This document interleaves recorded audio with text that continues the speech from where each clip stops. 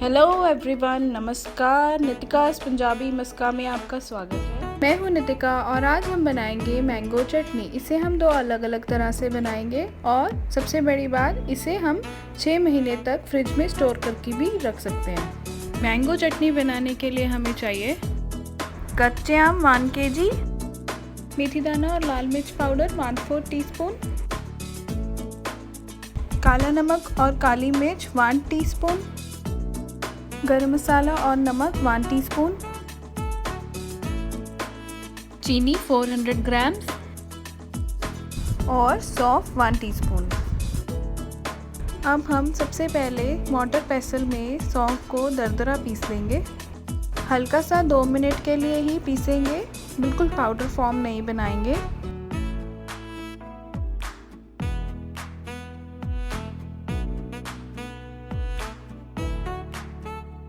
अब हम सभी मैंगोज़ को अच्छी तरह से वॉश कर लेंगे और वॉश करने के बाद एक सूखे कपड़े से पोंछ लेंगे।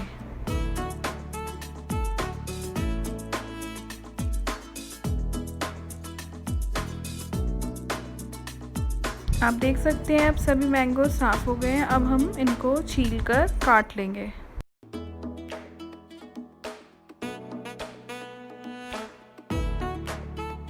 ये देखिए, इस तरह से पीलर की हेल्प से हम सारे मैंगोज़ को छील लेंगे। पीलर से काफ़ी पतला छिलका उतरता है। अगर आप मोटा छिलका उतारना चाहते हैं तो वो चाकू की मदद से उतार सकते हैं।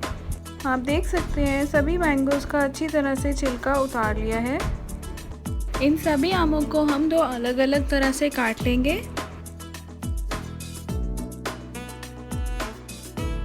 पहले आम को लंबा लंबा बीन्स की शेप में काट लेंगे।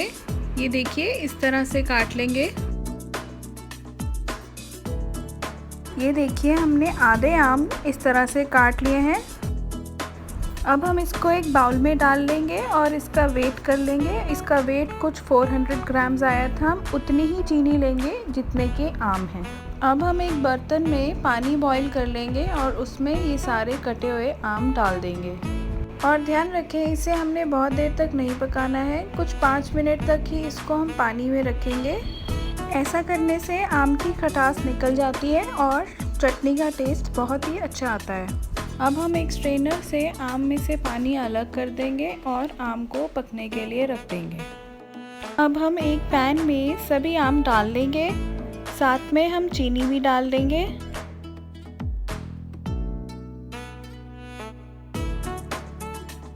और चीनी मेल्ट होने तक इसको हम फुल फ्लेम पर पकाएंगे।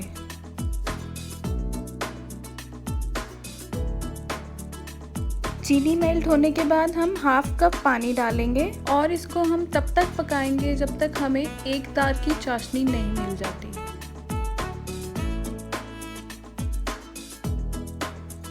मुझे आज भी याद है, जब हम बचपन में अपने नानी के घर जाया करते थे तब वो हमेशा ये वाली चटनी बनाया करती थी हमारे लिए, और हम हमेशा ये चटनी पूरी की पूरी ख़त्म कर देते थे। और साथ में हमेशा हमें 2 डब्बे भरकर बना के दिया करती थी और हम हर मील में उसको खाते थे। इवन टिफ़िन में, लंच में, डिनर में, हर वक्त हम उसी चटनी को साथ में, कोई भी सब्जी हो, कोई भी नॉन वेज, वेज, सबके साथ इसको खाया जा सकता था। और अगर बहुत ज़्यादा खा लेते थे तो मम्मी कहती थी अब बस भी करो, और सारी चटनी मम्मी छुपा के रख देती थी फ्रिज में। तो इसी तरह हम हर साल अपनी गर्मियों की छुट्टियों में नानी के घर जाया करते थे और ढेर सारी चटनी लेके आया करते थे।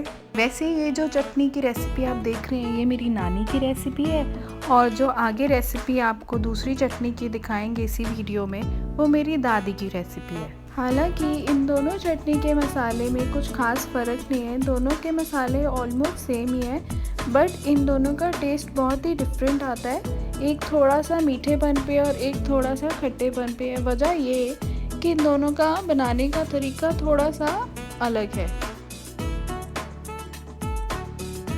अब हम चटनी की बात कर लेते हैं। ध्यान रखें, चटनी बनाते समय गैस की फ्लेम मीडियम फ्लेम पर रखें। हाई फ्लेम पर थोड़ा सा आम कच्चा रह सकता है और चीनी का जो रस है वो उसके अंदर अच्छे से मिलेगा नहीं, जिससे खाने में टेस्ट में थोड़ा सा फ़र्क आ सकता है। और इस चटनी को आप बीच बीच में हिलाते रहें ताकि आम और चीनी बराबर पक जाएं। चाशनी की कंसिस्टेंसी हम एक तार की रखेंगे, ज़्यादा पकाने से आम हार्ड हो सकता है। और जब एक तार वाली चाशनी तैयार हो जाएगी तब हम इसके अंदर सारे मसाले डाल देंगे। नमक और काला नमक स्वाद अनुसार डाल लेंगे। साथ में कुटी हुई काली मिर्च और कुटी हुई सौंफ भी डाल लेंगे और थोड़ी सी लाल मिर्च और मेथी दाना भी डाल लेंगे। और अगर आप तीखा थोड़ा सा ज़्यादा पसंद करते हैं तो आप मिर्च इसके अंदर बढ़ा भी सकते हैं। ये तीखी चटनी भी बहुत अच्छी लगती है। और अगर आप बच्चों के लिए बना रहे हैं तो मिर्च की क्वांटिटी ज़्यादा या कम आप अपने हिसाब से कर सकते हैं। लास्ट में जब चटनी बन जाए तब आप इसके अंदर गरम मसाला डाल लें और उसको बहुत ही अच्छी तरह से मिक्स कर लें। गरम मसाला डालने से टेस्ट भी बहुत अच्छा आएगा और इसकी खुशबू भी बहुत ही अच्छी आएगी। चटनी बनकर बिल्कुल तैयार हो गई है। अब हम इसे ठंडा होने देंगे। ठंडा होने के बाद इसे हम एयरटाइट कंटेनर में डालेंगे। दूसरी चटनी बनाने के लिए हमें इस तरह का ग्रेटर चाहिए। अगर आपके पास इस तरह का ग्रेटर नहीं है तो इस शेप का ग्रेटर लें, दूसरी शेप का ग्रेटर ना लें। अब हम सभी आम को इस ग्रेटर में ग्रेट कर लेंगे। इस ग्रेटर को यूज़ करने से चटनी की कंसिस्टेंसी काफ़ी अच्छी आएगी, काफ़ी लच्छेदार चटनी बनेगी, तो हम इसीलिए इस ग्रेटर को यूज़ करेंगे। आप देख सकते हैं हमने सभी मैंगोज़ को ग्रेट कर लिया है। अब हम इसको बाउल में डाल लेंगे और इतनी ही अमाउंट की चीनी ले लेंगे। अब हम दूसरे बाउल में ग्रेटेड मैंगोज़ डाल लेंगे और इसी बाउल में हम इक्वल क्वांटिटी की चीनी मेजर कर लेंगे।